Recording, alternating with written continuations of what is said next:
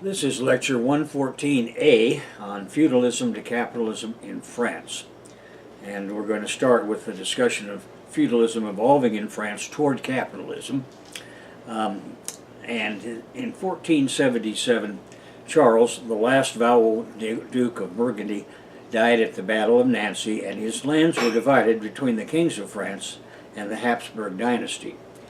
Then in 1484, France had a territory of 200,000 square miles and a population of 13 million people.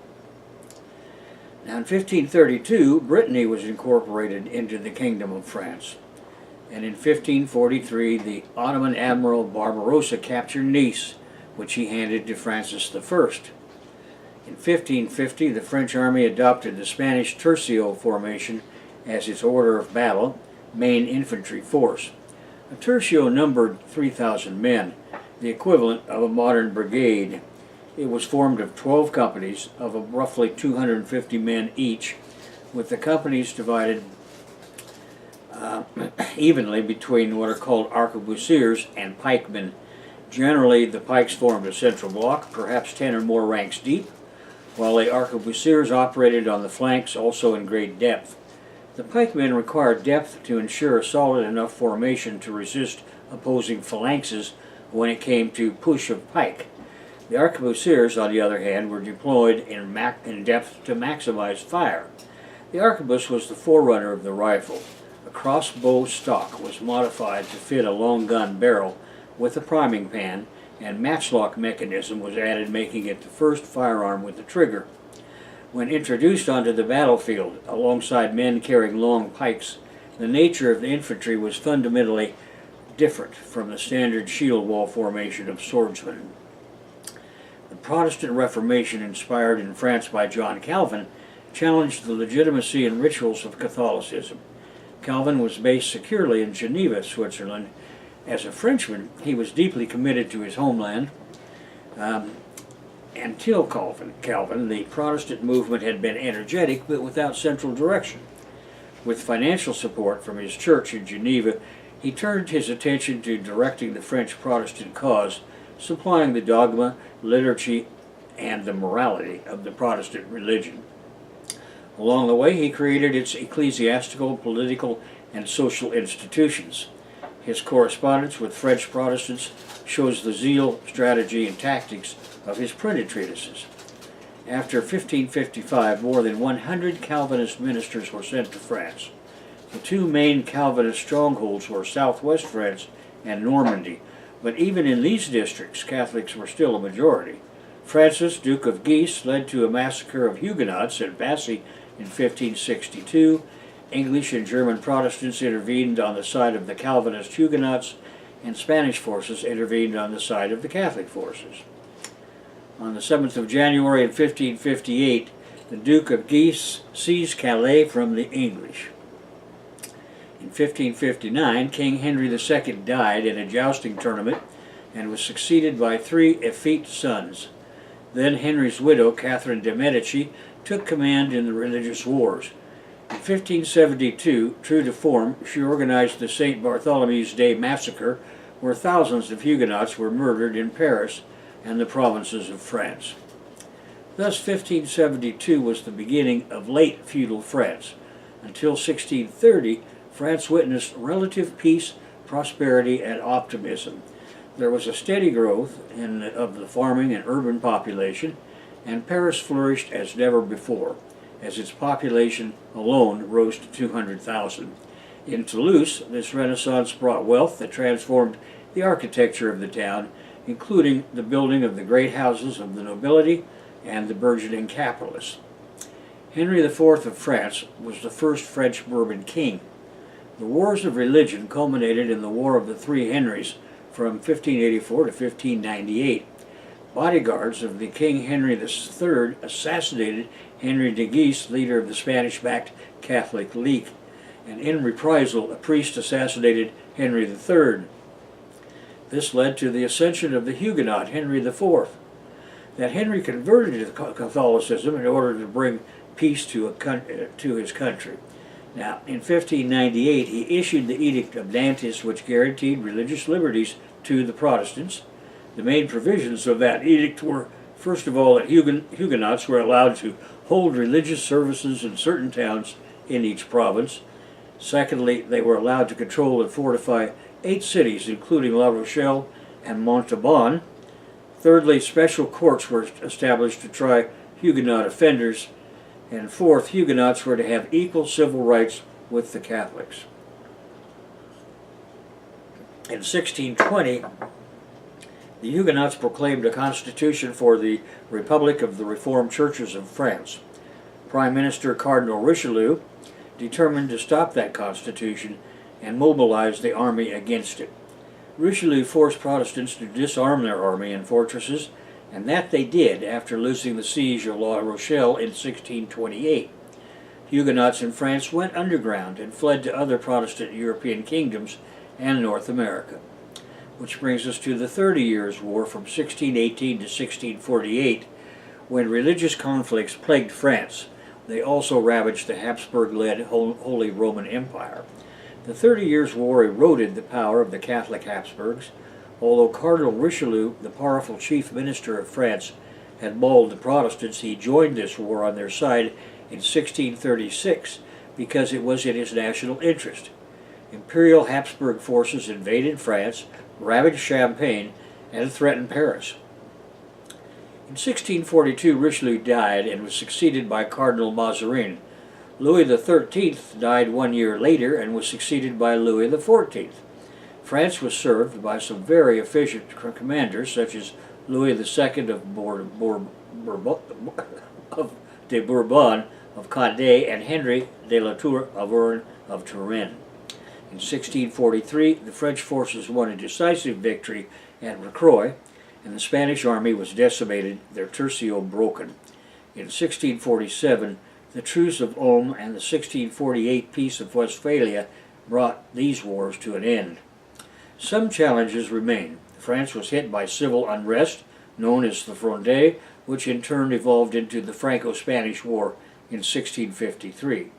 Louis II de Bourbon joined the Spanish army this time, but suffered a severe defeat at Dunkirk by Henry de la Tour d'Auvergne. The terms of the peace inflicted upon the Spanish kingdoms in the treaties of the Pyrenees in 1659 were harsh, as Franks annexed northern Catalonia. Amidst this turmoil, René Descartes sought answers to philosophical questions through the use of logic and reason, and formulated what would be called Cartesian dualism in 1641. A cinematic presentation of how Descartes' views affected the leading Protestant nations of Northern Europe can be seen in the film The Girl King, streaming on Netflix. During the 1500s, the king began to claim North American territories and established several colonies. Jacques Cartier was one of the great explorers who ventured deep into North America during that century. The early 1600s saw the first successful French settlements in the New World with the voyages of Samuel de Champlain. The largest settlement was New France, with Quebec City founded in 1608 and Montreal in 1611, with a colony founded in 1642. Now that brings us to Louis XIV, whose reign was run from 1643 to 1715. Louis XIV, the Sun King, reigned over France from 1643 until 1715, with his strongest period of personal rule beginning in 1661, after the death of his Italian Prime Minister Cardinal Mazarin. Louis believed in the divine right of kings, that a monarch is above everyone except God and is therefore not answerable to the will of his people, the aristocracy, or the church. Louis continued his predecessor's work of creating a centralized state governed from Paris. His idea was to reduce the French nobility to an overseer rule. In 1664, Louis XIV led the League of the Rhine against the Ottoman Turks at the Battle of Saint-Gothard, handily defeating them. Louis's military chief was Sebastien Vauban, famous for his pentagonal fortresses. These two, and Louis's chief financial officer, Jean-Baptiste Colbert, led his government and army. In 1667, France fought and defeated Spain, and then invaded the Spanish Netherlands. This was a fight over Holland's mercantile capitalist holdings that were wanted by the French, British, and Swedish mercantile caps. The latter two joined with the Dutch Republic in a triple alliance to check Louis's expansion. Peace came when Louis gave up on Franche-Comté in exchange for Lille. Nevertheless, in 1672, war broke out again between France and the Dutch Republic. Louis asked the Dutch Republic to resume war against the Spanish Netherlands, but the Republic refused, so France attacked the Dutch Republic. This time, France was joined by England and some German principalities. The Dutch broke the dikes, flooding lands in front of the invading forces, and the French invasion was stopped. The Dutch admiral Michel de Ruyter inflicted the strategic defeats on the Anglo-French naval alliance and forced England to retire from the war in 1674. The excellent movie Admiral, in Dutch with English subtitles, depicts this war and the critical role played by the Dutch fleet. Anyway, the Netherlands sued for peace, resulting in the treaties of Nijmegen. Now France would annex Franche-Comté and part of the Spanish Netherlands. On the 6th of May, 1682, Louis forced the nobles to live at Versailles, where the secret police could keep them under 24-hour surveillance. His system endured until the French Revolution. The TV series Versailles, now streaming on Netflix, would be well worth your while to watch. Around now, he controlled the nobility with an elaborate system of pensions, privileges, and loans to keep them in debt, funding their high living at court. Now, in 1683, France was at war again with Spain, this time with a powerful ally in the Holy Roman Empire. Again, the Spanish were whipped. Meanwhile, in October 1685, Louis signed the Edict of Fontainebleau, ordering the destruction of all Protestant churches and schools in France. Its immediate consequence was a large Protestant exodus from France, and France was at war continuously, if intermittently, until 1713, when a truce intervened. These wars were not only inconclusive, but very expensive. Sebastien Valmont, Louis's war minister, had been telling him for many years that France had to have a naval force adequate to force his enemies into a permanent settlement. He agreed with his CFO Colbert to encourage privateers and defray the otherwise bankrupting cost of building a government naval fleet. This was the route that had allowed Elizabeth I to defray costs similar to those of the Spanish monarchy that had bankrupted it after 1588.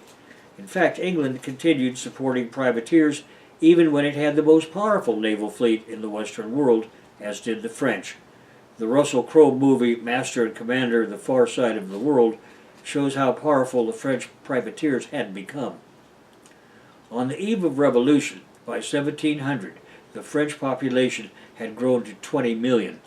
Otherwise, Russia was the most populated European country at the time, followed by Spain and Austria, each with 8 million, and Britain with 6 million. To get a cinematic view of the emergence of feudalism under monarchy, I again recommend the TV series Versailles, now streaming on Netflix. Anyway, under the emerging feudal monarchy in France, there were three political classes, called estates: the clergy, the nobility, and the farmers. They met occasionally as the Estates General. In time, scholars would call the press the fourth estate. Without estate status came the rapidly growing class of bourgeois and petty bourgeois manufacturers, shop owners, and tradesmen. They were the future capitalist order that would destroy the entire feudal structure in 1789. Now, in 1715, Louis XIV died. In the decades following his death, France was slow in demographic recovery from constant war. Economic recovery was faster because monetary stability featured regulation of gold, silver, and coinage. Most importantly, it was the arrival of the capitalism in its final phase of the French feudal stage that brought the constant feudal warfare between monarchies to an end.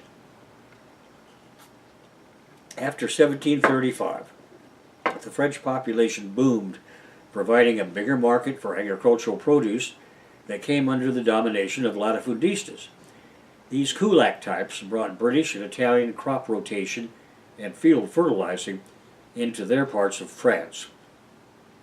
They fixed higher prices for agricultural products. Combined with selling recently arrived New World crops, such as maize and potatoes, this was extremely profitable for them. Carried along were the artisans and in-serf farmers, who also saw wage and price increases respectively.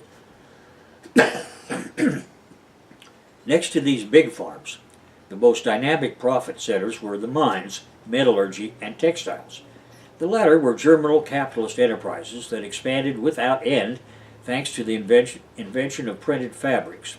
John Kay's invention of the flying shuttle revolutionized the textile industry.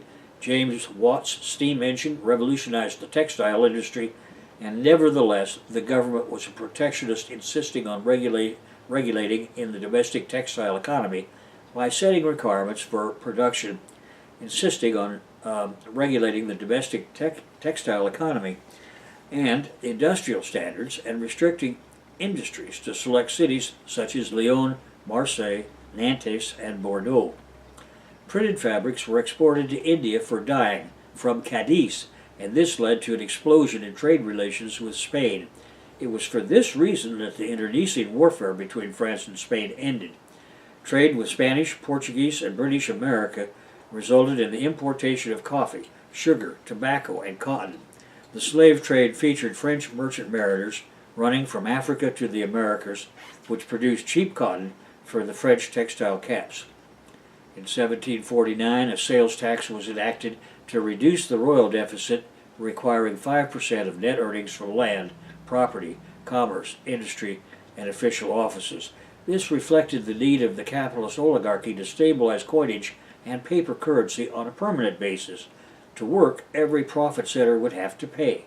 However, as with all tax codes, there was endless lobbying for special interests and resulting legal exemptions for everyone with enough cash to pass said loopholes. By class, the clergy were the worst offenders, but certainly not the only ones, as capitalists of every type in every city got in line with their handouts. The financial needs of the 7 Years' War led to a second and then a third tax code, and I give the years that are relevant there. In 1754, this sales tax produced 11.7 million livres. The effect was immediate and permanent. Meanwhile, the stage had been set for the First World War of 1756 to 1763, as Winston Churchill calls it. That was a war between the great global colonial powers. That was in fact the first imperialist war over India. In their North American colonies, it was a colonial war, not an imperialist one, because neither the Brit nor the French caps wanted to export capital to that continent. In other words, in North America, the Brits and the French were fighting a colonial war, but in the global picture, their contest was the first fight between capital, that is, machinery and factory exportation. This war of the UK and France ended with the French being kicked out of South Asia altogether, and shifted the focus of their capitals onto East Asia, especially Indochina. In Gringolandia, it became known as the French and Indian War. The cost of the Brit victory had been £60 million, and the attempt to force the New England colonies to pay for part of it led to the U.S. Revolutionary War. The loss of the war in South Asia meant that by 1775, the French economy was in crisis because, unlike the victorious Brits, France had gained no profit center. French caps were therefore vulnerable to any dislocation and a collapse in agricultural prices. A collapse in prices was something they could not survive without shifting the burden of taxation fully onto the backs of the unserved farmers, large and small. When revolution came in 1789, it was this mass of farmers, by far the largest part of the population, that fueled the armies of the revolution and then Bonaparte. The revolution gave title deed of the land of the monarchy, nobility, and the church to them, the farmers. If they wanted to keep it, they would have to fight for it, and they did. In these last decades of the 1700s, French capitalist industries continued advancing. Mechanized factories and monopolies became common. Competition with UK caps in the textiles and cotton industries continued domestically and internationally. The 1756 war had led to a temporary reduction of trade in cotton and slaves, but by the 1780s, the North American trade was stronger than before. Similarly, the Antilles represented the major source for European sugar and coffee, and it was a huge importer of slaves through Nantes. Paris became France's center of international banking and stock trading, equivalent to Amsterdam and London. Paper money was now denominated in livres. As we saw in Volume 1, boom and bust is inherent in the very nature of capitalism. Now that capitalism was the de facto backbone of the French economy, so was the periodic displacement of the working class from their factories into the street. Several cap collapses occurred in the 1770s and 1780s. Often these proletarians had no farms to go back to, and poverty and homelessness skyrocketed until these people accounted for 20% of the urban population. Now, in 1789, the clergy owned 40% of the wealth in the form of long-term endowments of land and treasure that could be added to but not reduced. The king, not the pope, nominated bishops. This was done in consultation with the nobility at court or via consigliere. They sent to court. The noble families kept the local monasteries and church organizations under a watchful eye, as did the secret police. Most importantly, the church was a powerful counterweight to the nobility, for if they did not own that huge amount of land they occupied, then the nobles would.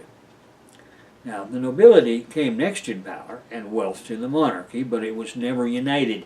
Each noble had his own lands, his own network of regional connections, and his own military force. As a class, it was constantly seeking more privilege and conspiring against the monarchy. Accordingly, the king concentrated them at Versailles, where the secret police could keep a close watch on them. As much as he would have liked to kill them all and seize their lands, he needed them as an overseer class over the mass of farmers. If he did kill them, he would have to replace them, and those replacements would have to be from the army. Armed organized thugs as opposed to disunited thugs. As is always the case with dangerously but necessary bureaucracies, it was better that they be kept under control. In addition to the secret police, the royal court encouraged high living, depriving the nobility of cash to overthrow the center. In 1484, about 97% of France's 13 million people were farmers living in rural villages. In 1700, at least 80% of the 20 million people were farmers. Since the end of Roman slavery, and serf farmers made up the vast majority of this population, and they had to pay a portion of their crops to the nobility, and this was a structural source of never-ending conflict.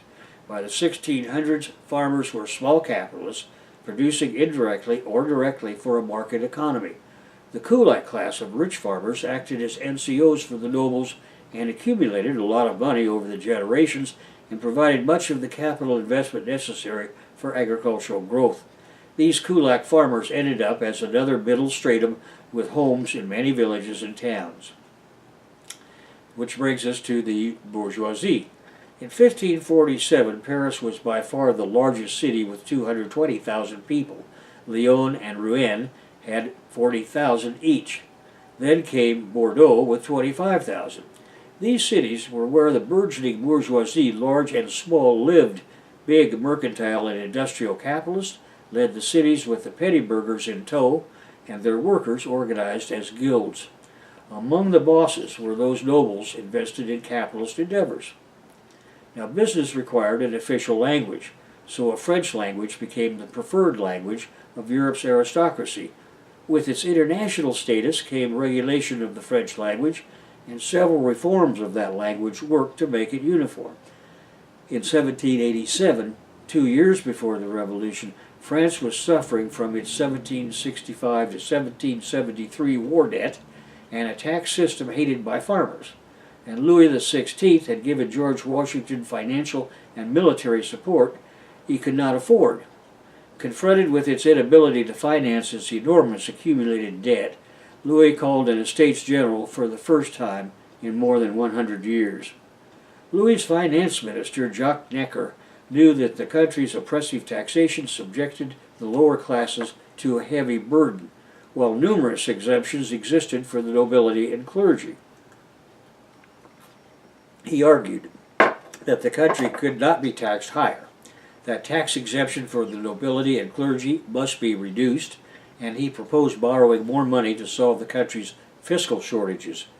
Necker published a report to support this claim that underestimated the deficit by roughly 36 million livres and proposed restricting the power of the parliaments.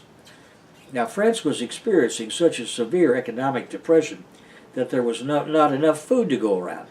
Poor harvests lasting several years and an inadequate transportation system contributed to making food more expensive. The rich were well fed, but the majority of the French population was starving. Destitute and unable to feed their families, many resorted to theft or prostitution to stay alive. At Versailles, however, the royal court was indifferent. The cities produced many writers, pamphleteers, and publishers stoking underground calls for revolt. The secret police failed to crush them. Radical writers demanded abolition of privilege. They gathered mass support from farmers, workers, and the bourgeoisie. Coming home to roost was pent-up resentment against the Catholic Church, the church divided between aristocratic bishops and the poor rural clergy. Pamphleteers focused hatred onto Queen Marie Antoinette, then onto the king and his finance minister Jacques Necker. Radicalized Freemasonry emphasized liberty, equality, and fraternity. Almost every leader of the coming revolution was a Freemason, and their themes became the widely recognized slogan of the revolution. The Estates General of 1789 was organized into 3 estates: the clergy, the nobility, and the farmers. Elections were held in the spring of 1789. Voting requirements for the 3rd estate were being a French-born or naturalized male, 25 years old or more, who resided where the vote was to take place and who paid taxes. Elected were 1,201 delegates, including 303 clergy, 291 nobles, and 610 members of the 3rd estate. The 1st estate represented 100,000 Catholic clergy, where the church owned about 40% of the land and collected its own taxes on farmers, called tithes. Bishops and abbots of monasteries controlled church lands. 2/3 of the 303 delegates from the 1st estate were ordinary parish priests, and 51 were bishops. The 2nd estate represented the nobility, about 400,000 men and women who owned about 25% of the land and collected feudal dues and rents from their farmer tenants. 1/3 of these were minor nobles. The 3rd estate representation was 610 men, representing 95% of the population. Half of these were lawyers or local officials, and nearly 1/3 were in trades or industry. 51 were latifundistas. The assembly was provided with books containing radical ideas, yet supporting the monarchical system.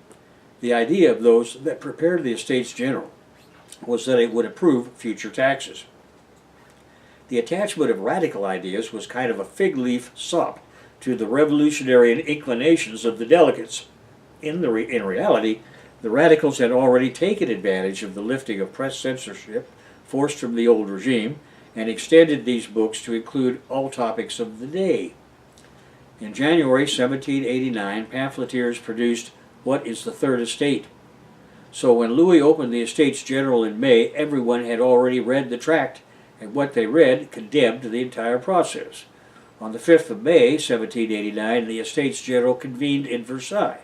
Finance Minister Necker opened it and proceeded to harangue the members with a 3-hour-long speech.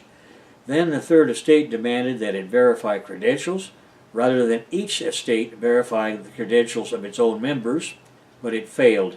Necker ruled that each estate should verify its own members' credentials and that the king would act as arbitrator. Now, the bourgeois-educated members of the Third Estate had already fanned the flames of revolution. They had established a dual power in the National Assembly. Their program was for the wealth of and the aristocracy to be spread their money evenly between the upper, middle, and lower classes. Now the writing was on the wall. On the 10th of June, 1789, Emmanuel Joseph Sieyès, most commonly known as the Abbé Sieyès, a French Roman Catholic cleric and political writer, took the floor. It was the beginning of his public role as one of the chief political theorists of the French Revolution. He moved that the Third Estate, now meeting as the Commons, proceed with verifying its own powers. He proposed that it invite the other 2 estates to take part, but not to wait for them. 2 days later, the Commons proceeded to do so. On the 17th of June, 1789, The size proposal was completed, and the delegates chosen were of a far more radical majority than had ever been anticipated by Louis and his gang. Then they voted a measure far more radical, declaring themselves the National Assembly, assembly not of estates, but of the people. They invited the other orders to join them, but made it clear they intended to conduct the nation's affairs with or without them. On the 20th of June, 1789, the Third Estate was blocked from entering their meeting hall by Louis's guards. They moved to a tennis court just outside Versailles, where they took the tennis court oath. There they swore not to adjourn until they had given France a constitution. Most of the clergy soon joined them, as did 47 members of the nobility.